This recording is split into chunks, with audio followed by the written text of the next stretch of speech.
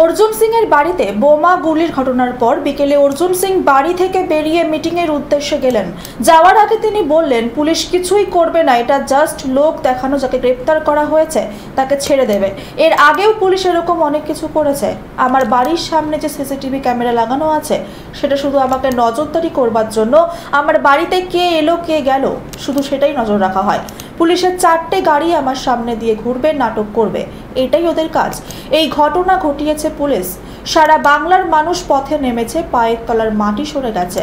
আমাকে খুনের চক্রান্ত করা হচ্ছে, আর এই চক্রান্ত করা হচ্ছে নবান্ন থেকে। এদিন এমনটাই বললেন প্রাক্তন সাংসদ অর্জুন সিং।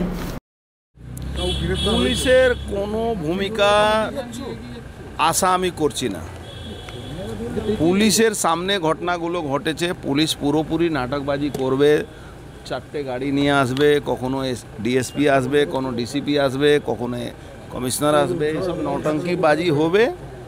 আর তাকে পুরোপুরি প্রোটেকশন দিয়ে পুলিশই করিয়েছে। এই জন্য আমার কোনো এদের উপরে আস্থা নেই, কোনো ভরসাও নেই। আরেস্ট হওয়ার আমি জানি না, আরেস্ট করেও কোনো লাভ নেই। এরা নিয়ে যাবে, আবার কালকে ছেড়ে দেবে, ওদের কী আছে। দাদা, এতক্ষণ অতিক্রম করলো, এখনো পর্যন্ত পুলিশ পদক্ষেপ নিল না। এত সিসি ক্যামেরা নিরাপত্তার জন্য রয়েছে, ওটা তো আমার উপরে নজরদারি করার জন্য, নিরাপত্তার জন্য নেই, ওটা নজরদারি করার জন্য আছে। আমার অফিসে কে আসে, তার নামে মিথ্যা মামলা দেওয়া, তাকে ফাঁসানো, এইসব জন্য এইটা আছে। এটাই তো আমরা বারবার कोर्ट के বলছি। सर, पुलिस की टहलदारी को लेकर क्या कहना? पुलिस बार-बार अरे पुलिस के सामने घटना घटा है तो टहलदारी करे या नौटंकी करे या नाचा नाची करे, तो उसे क्या मतलब है?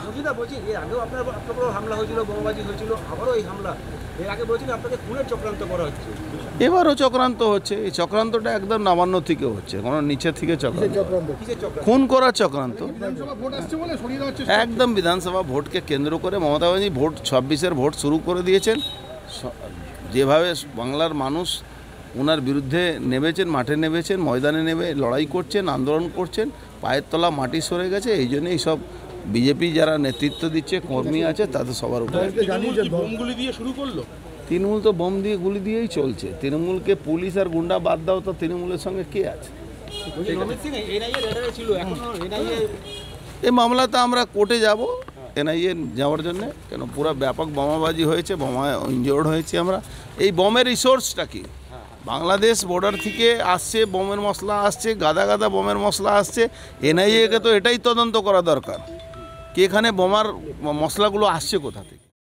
জগদ্দল থেকে হিমাদ্রি শেখর ভট্টর রিপোর্ট, চ্যানেল 24/7।